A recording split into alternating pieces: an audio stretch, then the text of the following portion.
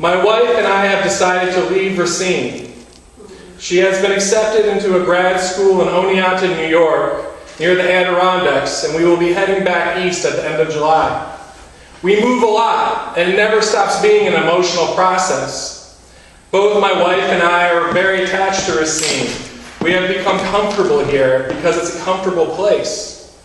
There are lots of things to love about living in a place like Racine and Wisconsin as a whole.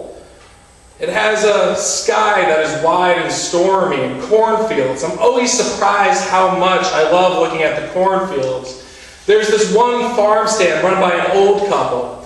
They're always covered in flies, and I can't tell if they have somehow trained the flies to be their pets, or if they have just really sweet skin, or just don't shower, but they have really good, really cheap food. They got us to eat sweet corn uncooked for the first time, and it was delicious. It's really flat here, which helped my voluptuous self get into bike riding and hiking without having to worry about hills. Now I'm strong and have a massive, muscular man breasts, and my thighs are so powerful, sparks fly when they rub together. I am ready for mountains. All the houses look like they are owned by old women, and they smell like roast beef. Other great things about Wisconsin. This place has the best butts I have ever seen. Maybe it's the mozzarella sticks or the lack of yoga. I don't really know. I'm not a scientist in a lab coat, but the butts around here are phenomenal. There are good poets in Racine. You wouldn't think Racine is filled with great poets, but it has lots of poet blood and not a Band-Aid in sight. Nick Dembski, Lundquist, Kelsey Harris, Dan Nielsen, Mulder, Hoffness, Ramsey, Jem. They have been good friends and taught me a lot about playing with words. We have dirtied each other's souls a bit, or maybe cleaned them. I can't tell the difference.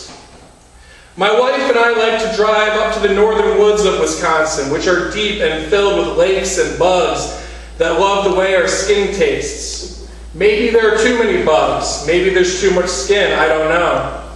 There are also things I can't stand about Wisconsin.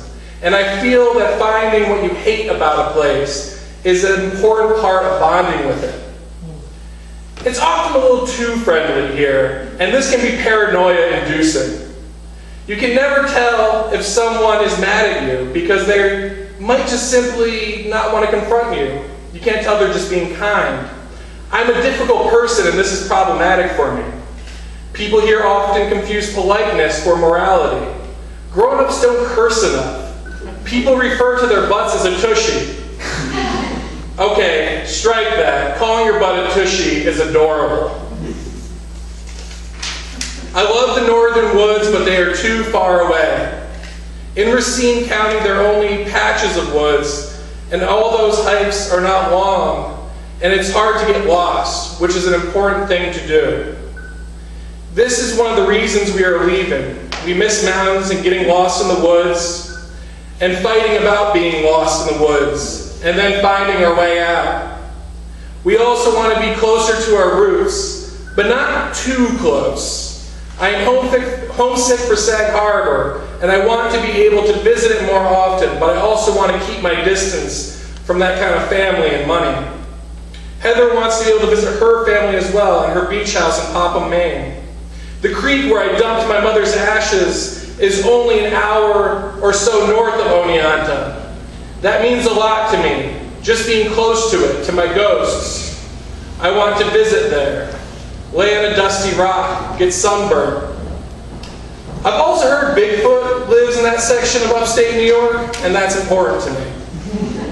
We have moved a few times together. It's hard, it's always hard, but we are both drawn to it.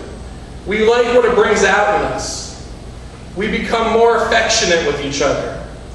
I want to be in a packed minivan with my wife and dog, arguing and getting anxious and worn out, then giving each other ridiculous pep talks.